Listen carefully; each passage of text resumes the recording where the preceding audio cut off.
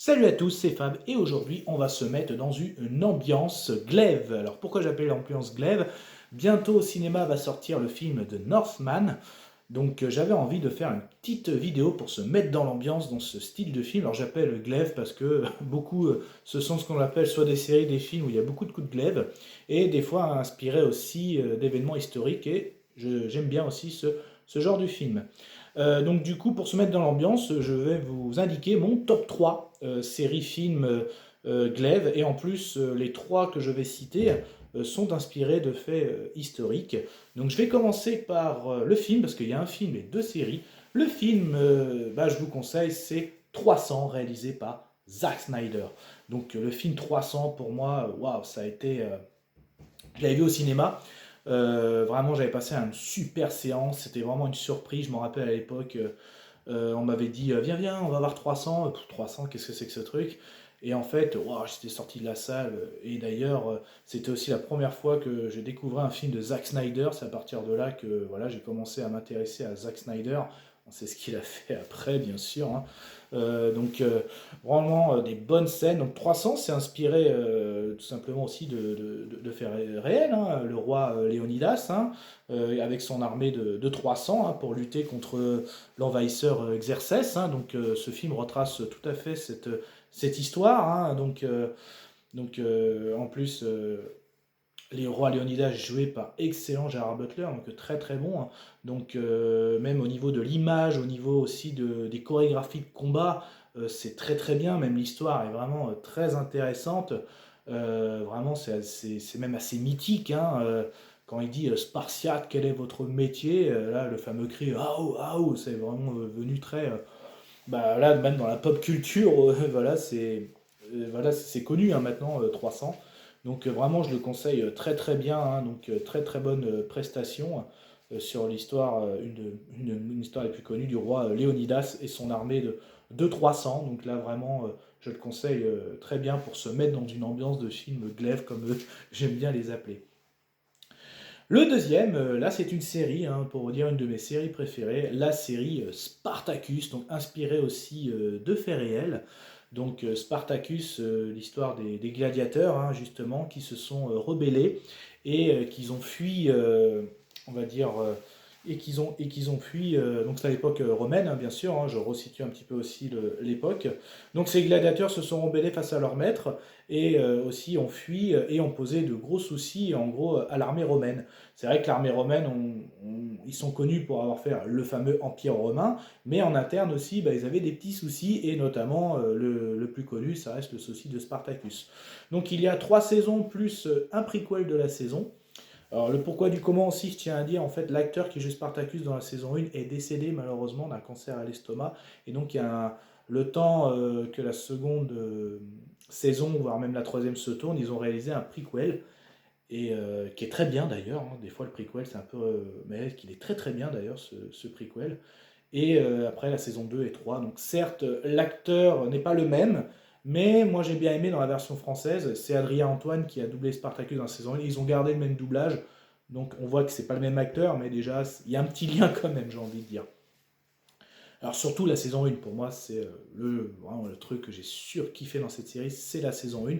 C'est d'ailleurs la saison qui n'est vraiment pas inspirée de... En fait, on ne sait pas comment ça s'est passé euh, dans, euh, dans, chez l'école des gladiateurs de Batiatus. On sait pas vraiment on sait même pas si Spartacus a vraiment été un roi de l'arène.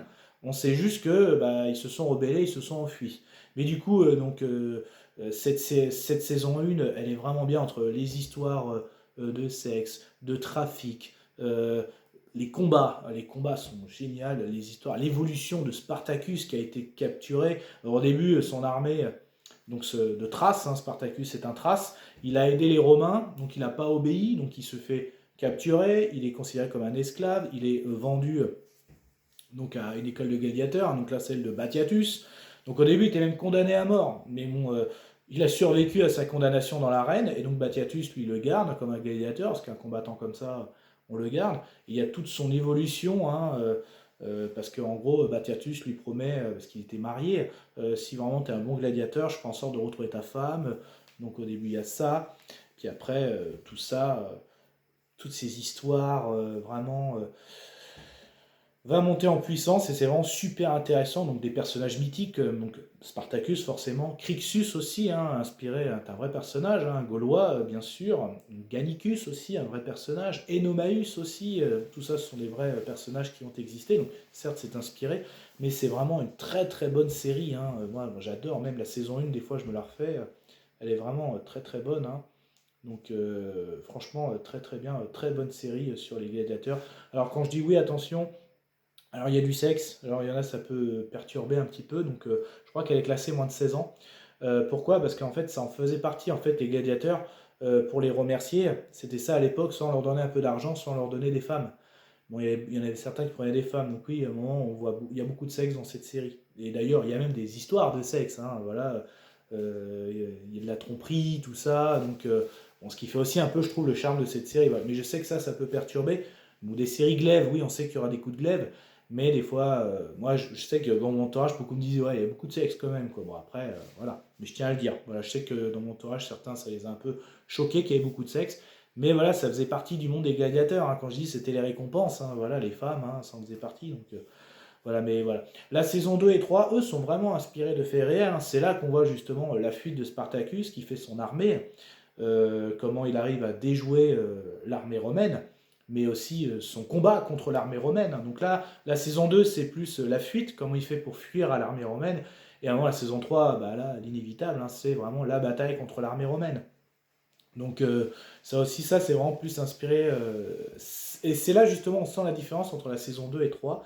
La 2 et 3 c'est vraiment inspiré des faits historiques. Donc en fait le scénario suit un petit peu, donc c'est beaucoup d'inspiration. Mais la 1 c'était vraiment open bar, vu qu'il y a très peu au niveau de l'histoire. On ne sait même pas s'ils étaient rois de l'arène, tout ça. Donc vraiment c'était open au niveau de l'histoire. Et d'ailleurs on sent bien parce qu'il y a même des personnages qui ont tellement marché dans les saisons 1 qu'ils les ont fait revenir pour la saison 2. Et donc voilà, pour faire un lien. Donc c'est ça en fait. Pour moi, la saison 1, c'est vraiment très bon à voir. Même si vous voulez pas vous faire toute la série, hein, les 3 saisons et le prequel de 6 épisodes, je crois. Au moins la saison 1, je vous la conseille, ça c'est clair. Vraiment très très très très bon. Ça c'est clair. Du bon Spartacus. Ça c'est clair. Avec une bonne histoire de gladiateur.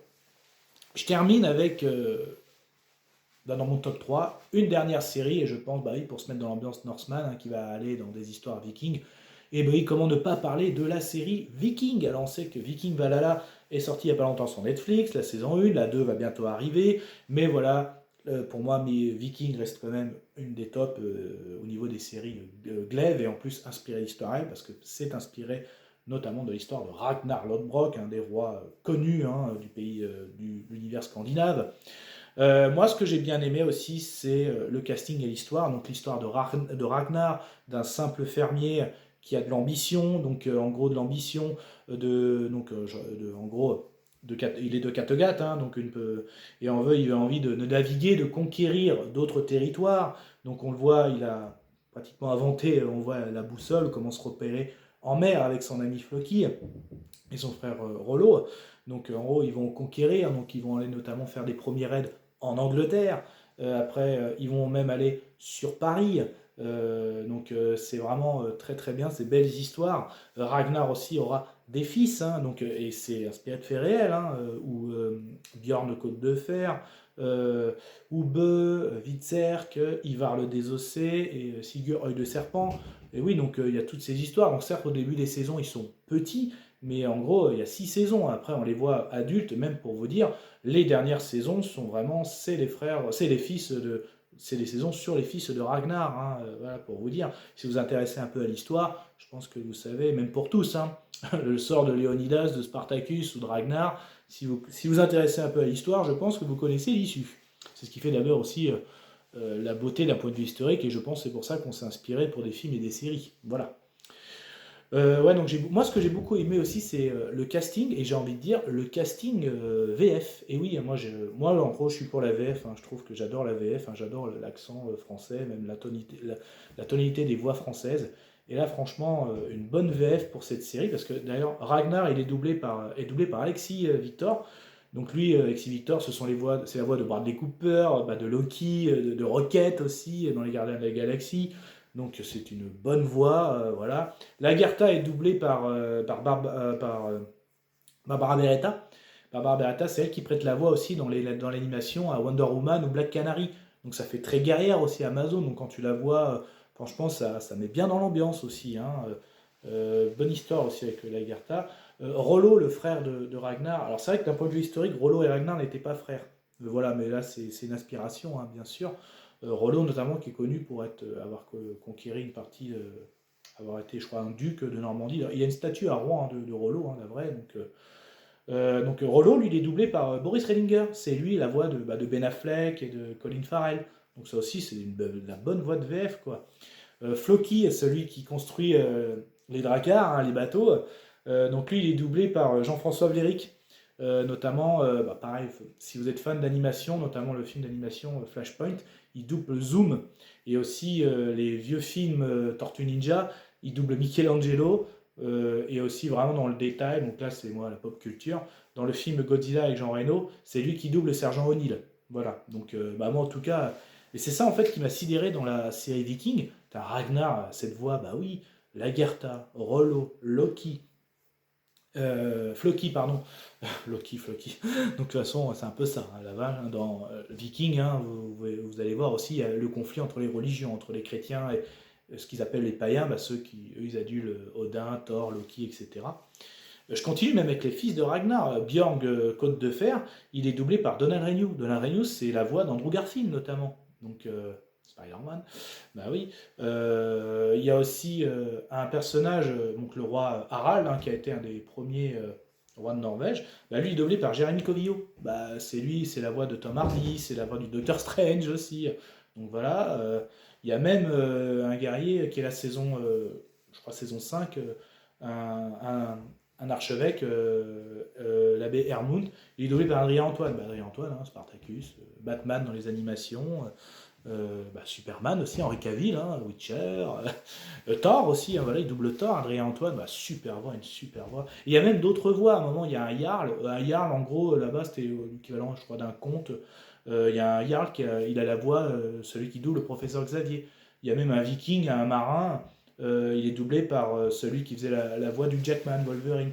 Donc en fait, moi ce que j'ai beaucoup aimé aussi dans cette série, bah, c'est le doublage français, il est vraiment de très bonne qualité, et la série est très très bonne, hein, quand on voit justement, hein, les excursions de Ragnar en Angleterre, à Paris, des bonnes saisons, voilà. Et après aussi, même la fin de série, en fait, les fils sont en conflit, hein, surtout deux fils ressortent, hein, c'est Ivar le désossé et Bjorn le côte de fer. Donc il y a un conflit aussi, un Bjorn aussi a un côté aventurier parce qu'il va carrément aller jusqu'en mer Méditerranée. Ube, un autre fils, lui va carrément aller ce qu'ils appellent les îles de glace, hein, donc il va aller au Groenland, tout ça, en Islande puis au Groenland, voilà. Donc ils suivent un peu l'histoire du père, hein, des conquérants, hein, des explorateurs. Mais quand même, Bjorn va revenir parce que Ivar, lui, il est vraiment un très bon tacticien, Ivar le désossé, hein. Donc pourquoi Ivar le désossé? Parce qu'il a une maladie au niveau des jambes, hein, donc je crois que c'est maladie des os de verre justement, mais comme il n'est pas forcément bon combat, il est très bon tacticien aussi, hein. Donc c'est vraiment l'héritage de Ragnar, ça aussi c'est très bon. Donc quand il va en Angleterre, il fait un massacre, très bon tacticien. Et aussi même quand il revient à Kattegat, hein, il règne même sur Kattegat à un moment. Donc il y a un conflit entre les deux frangins, hein, surtout Bjorn et Ivar. Donc parce que même quand Ivar à un moment va même aussi s'allier avec des Vikings russes. Donc voilà, il y a toute une histoire sur les Vikings aussi qui est vraiment pas mal du tout, avec des bonnes scènes aussi bien mythiques. Voilà. Donc voilà, c'était mon top 3, je vais conclure là-dessus. Donc pour se mettre dans l'ambiance de Northman, qui va bientôt sortir au mois de mai au cinéma, je vous conseille, pour se mettre dans l'ambiance, le film 300, la série Spartacus, surtout la saison 1, voilà. Après, j'avoue, Viking, 6 saisons, c'est long, voilà. Mais bon, ça reste Northman, ça va parler de Viking, donc forcément, la référence reste la série Viking, bien sûr. Donc voilà, c'était mon petit avis sur mon top 3 des glaives, et j'en attends beaucoup de Northman. J'espère que Northman va bousculer ce classement, parce que j'attends beaucoup. Moi, je sens que ça peut être la surprise de cette année 2022 au niveau des films. Donc, moi, j'attends, j'espère que ce sera la surprise de 2022. Voilà, qui bousculera ce fameux classement pour moi, mon classement des films que je classe glaive. Allez, je vous dis Kenavo, à la prochaine.